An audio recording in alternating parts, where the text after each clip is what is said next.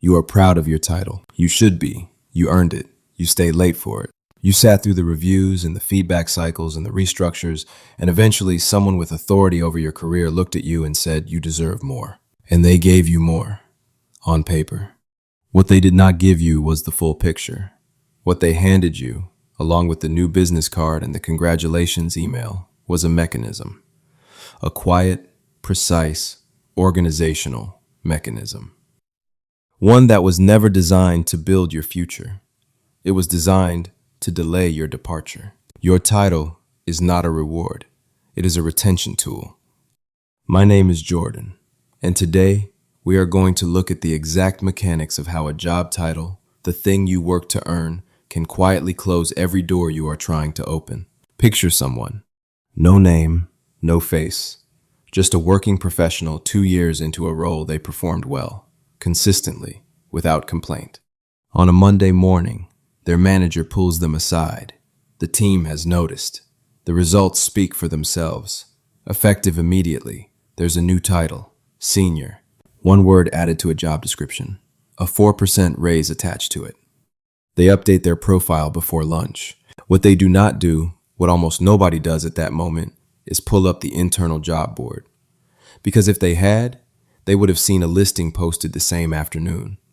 A listing for the role they just vacated. The salary on that listing, $6,000 more than they were making before the promotion. The person stepping into their old seat would earn more on day one than they would earn in their new one. With a title one level lower. They don't know this. The company did not tell them. That evening, they called a family member. I got promoted. The family member says, I knew it. You worked so hard. And they did work hard. That is not in question. The question is not why didn't they work harder. The question is, why did working hard lead here? That's not a personal failure. That's a structural design. Let's name what's actually happening, because understanding the mechanism is the only way to stop being operated by it. Mechanism, number 1, salary anchoring. When a company calculates your raise, they do not calculate it against the market. They calculate it against you specifically, against the number you accepted when you first walked through the door. That original number was not your value. It was your negotiation position on your first day, when you knew the least about the role, had the least leverage, and were most eager to say yes. Every raise since then has been a percentage of that number, which means every promotion compounds an error. The 4% you received this year is 4% of a salary that was already below market 2 years ago. You are not being underpaid by accident. You are being underpaid by formula. Mechanism, number 2, title inflation. A 2024 analysis of over 2 million job postings found something specific. The word senior is being added to titles at nearly twice the rate that corresponding salary bands are increasing. Companies discovered what behavioral economists had documented for decades. People respond to status signals even when the material compensation does not follow. A title that sounds like a promotion feels like a promotion, and the feeling is significantly cheaper than the raise. The prestige is real. The meaning is manufactured. Status costs a company nothing. Salary costs a company everything. They know which one to offer you. Mechanism, number 3, title locking in both directions. This is the mechanism most people never see until it is too late. When the gap between your title and your actual function grows wide enough in either direction, your external mobility begins to collapse. Consider 2 versions of the same trap. In one version, you are performing the work of a manager while carrying an analyst title. You are doing the work. The title doesn't reflect it. When you apply externally for a management role, the recruiter sees your title, not your responsibilities. You are told you lack the experience. You have the experience. Your badge says otherwise. In the other version, a company hired you with an elevated title manager, director, lead, and the actual work never matched it. You spent years carrying a credential you never fully developed behind. When you eventually try to perform at the level the title implies, in a real context, with real expectations, the gap shows immediately. Different traps, same lock. Your title is a signal to every employer who has never met you. If the signal is wrong, the door doesn't open. Mechanism number 4, the language of managed delay. There is a vocabulary that organizations use when an employee starts asking legitimate questions about compensation and progression. It is not hostile. It is not dishonest. It is designed to keep you patient while the company continues to extract value from the misalignment.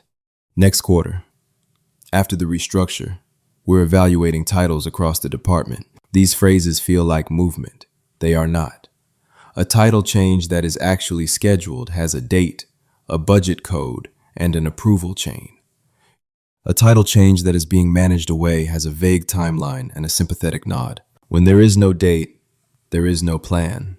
There is only a promise with no expiration. Here is where it compounds. The longer you stay inside a misaligned title, the more expensive it becomes to leave, and the less expensive it becomes for the company to keep you. Every year, the gap between your title and your market value widens. Your skills may grow, your responsibilities may expand. But if your title does not reflect either, the external market cannot see any of it. You are being read by a credential that stopped being accurate years ago. And then someone new arrives, hired externally, placed at the level you have been performing for 3 years, paid at the rate the market actually demands for that work. They didn't promote you.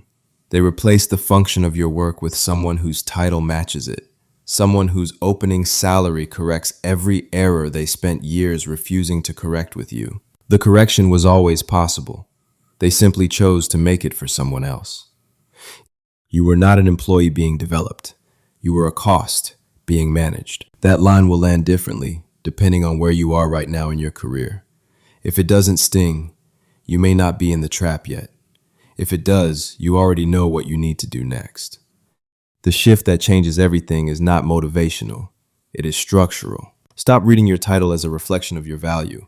Start reading it as a data point, a specific piece of information about how the external market will interpret your candidacy before you ever speak a word. Your title is not your identity. It is a market signal, and signals can be wrong. When they are wrong, the correction is your responsibility, not your employer's. Here is what that looks like in practice. Move 1. Run the comparison every 6 months. Search your exact title on job boards.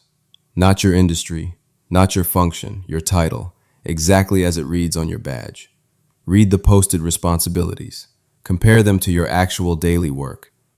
If the gap is more than one level in either direction, the clock is running.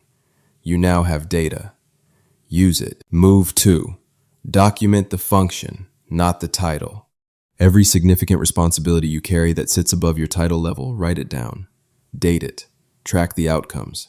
When you apply externally, you are not leading with your title. You are leading with documented evidence of what you actually do. Let the recruiter reconcile the gap. Give them the material to do it. Move 3. Reframe the conversation with your manager. Do not ask for a title change. Ask for a written role clarity document, a formal description of your current responsibilities as they actually exist.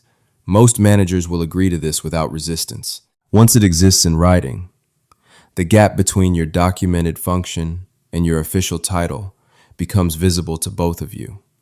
It is no longer a feeling, it is a record. And records move faster through HR than feelings do. The goal is not to feel better about where you are. The goal is to see it accurately. There is nothing wrong with being proud of what you have earned. The title represents real work, real time, real commitment to something that mattered to you. But there is a difference between honoring what you built and being held in place by what someone else named it. The system you are operating inside was not designed to optimize for your long-term financial trajectory. It was designed to produce predictable labor costs for predictable time periods. You are not a flaw in that system. You are a feature of it until you understand the mechanism well enough to stop being one. Most people spend their careers waiting to be recognized. The ones who move build the case for recognition themselves and take it somewhere it will be received. Your title is a starting point. It is not a verdict. The most dangerous label you will ever wear is one you accepted without reading the fine print. If this reached you in a place you didn't expect, share it with someone whose badge has been working against them. Subscribe to Jordan. Every video is built the same way. No hype, no empty motivation. Just the mechanics of the system. clearly explained.